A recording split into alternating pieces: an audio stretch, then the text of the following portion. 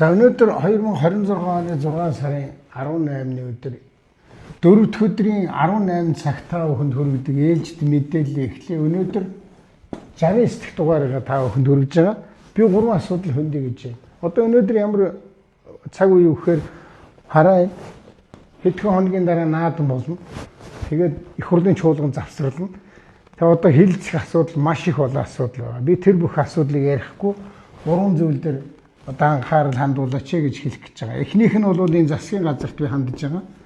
Юу гэхээр оюу толгойн асуудлаар бас хүмүүс одоо эсэргүүцэл илэрхийлээд ихсэн, санал хэлээд ихсэн. Тэгэхээр энэнийг нухчин дарах биш. Энэ иргэдийн хэлж байгаа санал бол саналыг судалж үзэж эндээс одоо бид нар энэ оюу толгойгоос биччихэд авчихад байгаа зээлийн хүү, хоримтлогдсон хүү яаж одоо хүчингү болгох юм энэ талын хэлэлцээрээ хиймээр байгаа юм. Бидний үед энэ хууль энэ оюу толгой орж иж яхад 19-20 он гэхэд одоо энэ ногдлаш авч эхэлнэ гэж ингэж одоо анх оруулсан. Тэгэхээр өнөөдөр 26 он болоод 6 жил өнгөрчөөд байхад яагаад ногдлаш хийхгүй байгаа юм бэ? Өнөөдөр оюу толгой 5 тэрбум Америк долларын одоо ийм ашиг хуваарлах гэж байгаа. Урьдчилсан байдлаар шүү. Тэгээд тэрний 34% авдаг юм бол Монгол улсад 1.7 тэрбум Америк доллар ирэх гээд байна шүү дээ.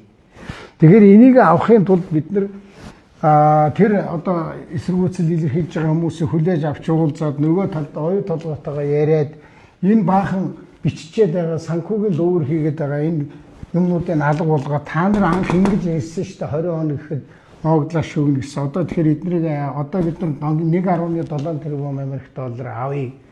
Манай засгийн газрын үед бидний зээлийн хөв бууруулах ямар арга хэмжээ авах вэ? Хоёрдугаарт ногдлоо ашгаа хугацаанд авах ямар арга чарга байна? Тэрний хэрэглийг тэрний хий гэж одоо ажилсныхаа шанд хариуд нь бол манайхыг засгийн газар бол огцруулж хайсан байгаа. Тэгэхээр энэ засгийн газар Монголын ард түмний төлөө ажиллаж тэрний төлөө огцрохоос айх юм байхгүй. Энийг бол засаж янзлах нь бол үеийн засгийн газрын ажил. За хоёр дахь нь бол энэ ашигт малтмын хууль байна. Энэ ашигт малтмын хуулийг энэ засгийн газар юм уу эсвэл энэ дандин нэм сайд юм уу зүтгүүлээд байгаа. Энэ зэсийн ашигт малтмын нөөц амнарт гэдэг л да ашигт малтмын нөөц ашигсны төлбөрийг бууруулж байгаа гэдэг бол маш буруу.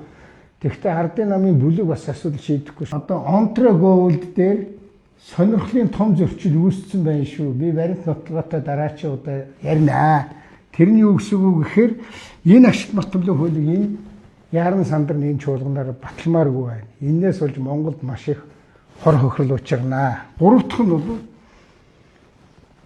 зарим нэг хуулийг бол яаралтай гормоор засгийн газар өргөн барьдаг юм а. Гэтэл одоо иргэдийн хамгийн их чухал асуудал болсон тэтгэвртэй холбоотой хуулийг яаралтай гормоор өргөн барьчаад байна. Яаралтай гормоор өргөн барьна гэдэг бол их аюул эвхлэр сүүлийн 8 жил 68 хууль яаралтай гормоор ороод 67-нд батлагдсан. Өөрөөр хэлбэл Орос нь яаралтай гормоор орсон бол батлагддаг гэсэн баг юм бий болчих. Тэгэхээр энэ өөрчлөлт чинь шууд батлагдах гэдэг байна. Гэтэл энд чинь маш олон хүний эрх ашиг хөндөгднө. Маш олон талын эрх ашиг хөндөгднө. Тийм учраас энэ хуулигаа энэ чуулган наадмын өмнө яран сандран батлах биш буруу үр дагавар гаргах бай. Би тэгж их болгоомжилж байна. Энийг сайн хэлцэж яагаад намар тийшээ батлуул зүгээр юм биш үү? Яагаад тэгэхээр ихэнх хууль нь ихэнх заалтууд нь бол 27 28 оноос хойш үйлчлэнэ гэсэн байл. Төгсгөлд нь би нэг зүйл хэлье. Бичил жижиг бизнесийг татвар бусад одоо бодлогуудаар дэмжмээр байна. Яагаад гэвэл Монголын одоо ажил эрхэлж байгаа хүмүүсийн 70% нь бичил жижиг бизнес эрхэлж байгаа. Тэр жижиг компаниудад байж байна. Нийт одоо татвар төлөгчдийн тоогоор нь авч үзэх юм бол 99% эзэлж байна.